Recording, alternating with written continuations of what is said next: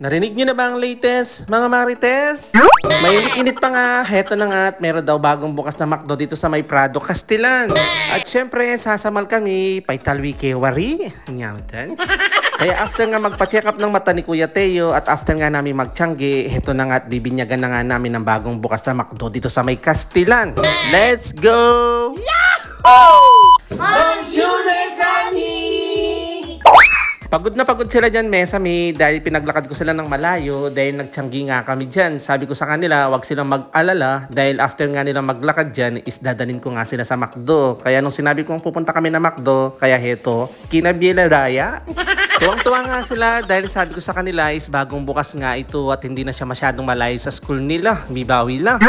At dahil nga bagong bukas nga ito, dali-dali silang umakyat kaagad. Titignan daw nga nila kung meron siyang laruan o wala. At heto na nga, pagkaakyat nga namin sa first floor, tuwang-tuwa sila dahil may nakita nga silang palaruan. Wow! Hindi siya kalakihan pero pwede na rin para makapaglaro sila at para magpagutom. Ang yamatan. Kinuha nga ni Kuya Teo yung camera, heto na nga, itinur niya tayo sa loob ng palaruan. Bago Mario. Wow!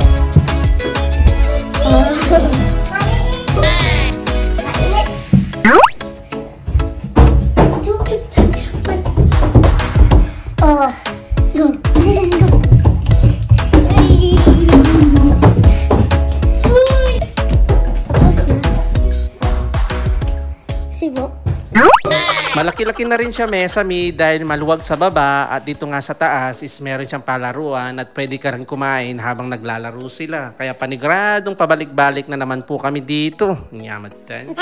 Kaya may yari kayo balat kanyan pagkatapos ng school, diretso na naman dito, paninang McDo.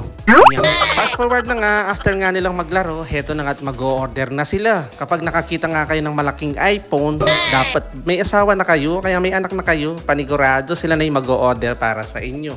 Kapag nagpunta nga pala kayo dito sa mga fast food na ganito, Jollibee or McDo, kapag nakakita kayo ng screen na malaki, kung hindi nyo alam gamitin, panigurado uuwi na kayo. Kasi ala kayong jowa, tapos ala pa kayong anak.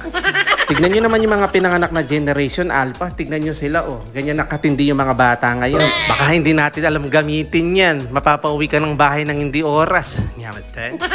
Kita nyo naman, tignan nyo, ang gagaling nilang nagpindot. Dahil nga papunta na nga tayo sa cashless society, ganito na nga yung technology ngayon. Kaya yung mga anak natin na mga tutulong na sa atin. Habang tumatanda tayo, nagiging high-tech ang lahat. Tas nandun na yung mga anak natin. Sila lang yung mag-guide sa atin, o diba? Kaya sa mga pinanganak dyan, simula 1980 hanggang 1995, nanano ka pa. Dapat atin nakan-jowa ang pong anak. Eka pa ito, riba. Habang nagkeka. Sobrang mura lang pala sa ng McDo dito, lalong-lalo na kapag yung menu para sa mga bata. Kaya kami dalawa ni Mona More, ino-order namin is menu din ng pangbata. Meron din naman ditong KFC at saka King Burger. Pero sa huli, babalik at babalik pa rin kami sa McDo dahil nga mura nga talaga siya, sobrang layo ng presyo nila. Nyamatan. At mabilis ang transition ulit. Pagka-order nga namin, heto na nga at hinatid na yung mga order namin. At syempre, bago tayo kakain, kailangan mo natin magpasalamat kay Lord. Thank you, Lord, for all the blessing. Yahoo!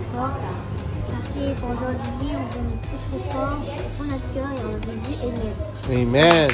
Manang Pitsi. Kumakain din pa rin naman kami sa mga KFC at mga King Burger, lalo na't kapag nagkikrave kami ni Mona More. Pero wala kaming no choice kapag ginusto ng mga bata at babalik talaga kami dito sa McDo. Sa halagang €4, sulit na sulit talaga yung pagpunta ng mga bata dito. Kaya hindi mo masisisi na pabalik-balik sila dito. Maliban na lang siguro kung magkaroon ng Jollibee. Bikini man, Jollibee. Anyamatan? Kailan kaya kung magkakaroon ng Jollibee dito? Meron nga palang Jollibee dito is sa Milan. Diyos mio, mapasahe ka pa, bayo kamiras ka rin. Yung pamasahe mo, kanan mo nyagin. Nyamatan. At fast forward na nga, after nga nilang kumain, ito na nga at bubuksan na nga nila yung laruan na galing sa McDo. Ito nga yung inaabangan nila, kaya nga pabalik-balik sila sa McDo. Ito yung ini-expect nila lagi kung ano yung bagong laruan galing sa McDo. Isa sa mga nagustuhan ng mga bata dito sa McDo is every season is meron silang bagong laruan. Kasama na yan sa menu kids kapag nag-order ka at paiba-iba yung mga laruan nila. Bali nagpapalit sila every month or every season. Wow! At heto pa nga, isa pang maganda sa McDo dahil summer ngayon, yung dessert nila pwede mong ipapalit niyang ng sundae. Kung bibilin mo yan sa labas is 3 euro. O, diba?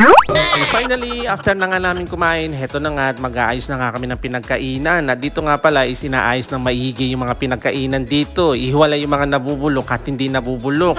Ganito nga pala yung sistema dito is kapag nag-order ka is maghihintay ka nga lang at after mo nga kumain, ikaw na yung mag-aayos sa mga pinagkainan mo at ayusin mo nga yung basura mo. Sobrang disiplinado kasi yung mga tao dito, lalo-lalo na pagdating sa basura. Kaya basura mo, linis mo. So paano yan, Mesami? Hanggang dito na lang po muna. Panigarado, babalik po kami dito. Nyamatan. Thank you for watching. Again to Ciao.